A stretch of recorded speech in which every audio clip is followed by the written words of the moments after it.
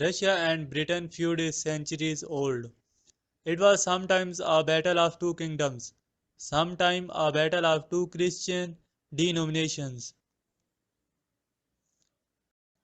After the two world wars fought in Europe on the basis of color, race, language, and nationality, the 75-year Cold War between Russia and the Western world was no less horrific and bloody. In the last century, all the terrible wars started from Europe, and its center and axis were also these world powers. In the Cold War, they made poor but resource-rich countries the center of their war, but now the fire has returned to its center, Europe, from where it started. This is very dangerous turning point because in the last 75 years all the countries have mastered the technology of weapons so much that in a few seconds the whole world could be destroyed. Europe always needs an excuse to fight on someone else's land or to blow up its own house. And why the spectacle? The longest and most constant war in the world was fought between Britain and France from 24th of May 1337 to 19th of October 1453 for 116 years. The last century, called the most civilized century of modern civilization, also began with a world war, and now according to a conservation estimate about 200 million people have been killed in these 120 years. It is impossible to count the number of homeless, injured, and disabled. Old hit stories and old tales of oppression are being repeated in Europe. Worst of all, extremist armed forces across Europe, now as right-wing militias, have now begun arriving in Ukraine. As they watched, Ukrainian forces also began to wear the circular line worn by the Australian assassin who martyred 50 Muslims in New Zealand mosque. The symbol is called the Black Sun, a symbol of modern neo-Nazism worn by white supremacist militias in all European countries. France and Finland, right-wing militias began taking part in the war in Ukraine, and hundreds of white jihadists from across Europe have since arrived in Ukraine. In Britain, the Alpha Man Assembly, an armed group that wreaked havoc during the Corona, is also taking part in the war in Ukraine. The situation is exactly the same as it was in Afghanistan in 1979. Just as Muslim jihadists from around the world have been mobilized for Afghanistan, so too have white supremacist militants from Europe and the United States been sent to fight in Ukraine. At the governmental level, arms shipments to the ongoing war in Ukraine continue.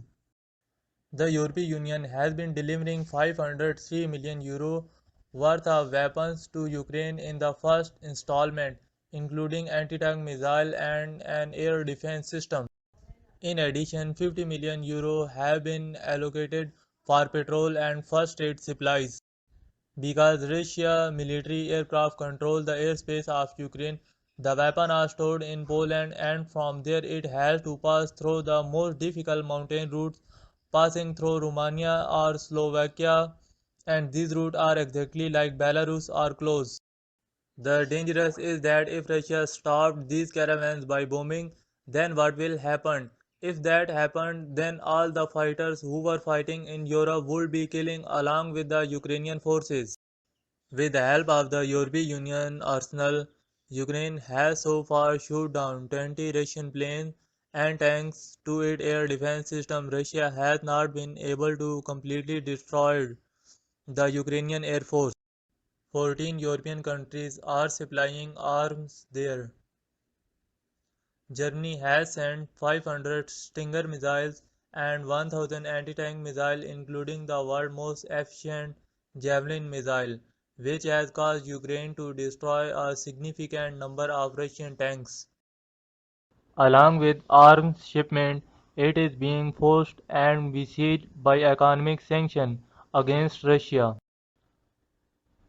The United Kingdom and the United States were the first to take action.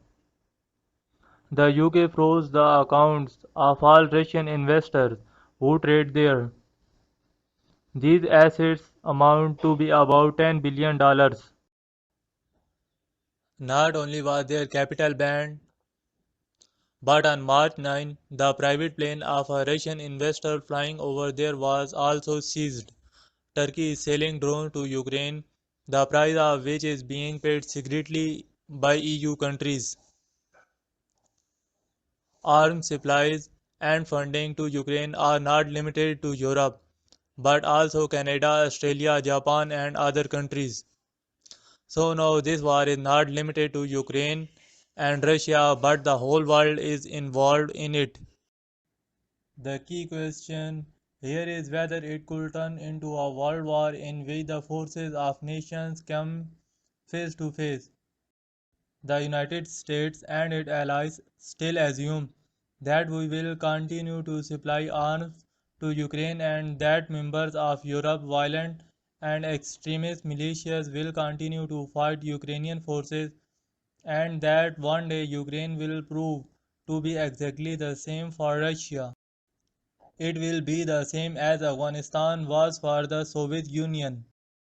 There are two basic misconceptions in this analogy that may not be being considered or even considered. The arms dealers did not allow it to be given much importance due to their lust. First, Ukrainian nationalism is no match for Afghanistan Islamic Jihad. On the one hand, there is a desire for reward in the hereafter after death, and on the other hand, victory or defeat in this world. Secondly, the ups and downs of Afghan territory and tribal life were conducive to war. While the Ukrainian field has always been a soft spot for every conqueror, the people of Ukraine have grown up in the luxury of living with modern conveniences, and it is difficult, if not impossible, for them to survive the war. But in this situation, one thing that is feared all over the world at the moment is that Russia is not an ideological country like the Soviet Union. Nor is there a weak leadership like Gorbachev in power now. Today, Russia is now a nationalist fanatic Russia with the Orthodox Church religious bigotry behind it, and its leadership is in Putin's hands, whose attitude makes the West realize that it can do anything to avoid defeat, even if it has to use nuclear weapons like the United States. In that sense, it is possible Britain could have one target, and that is Britain. The rest of Europe needs gas, oil and wheat from it and can change its policy, but England is free from this need.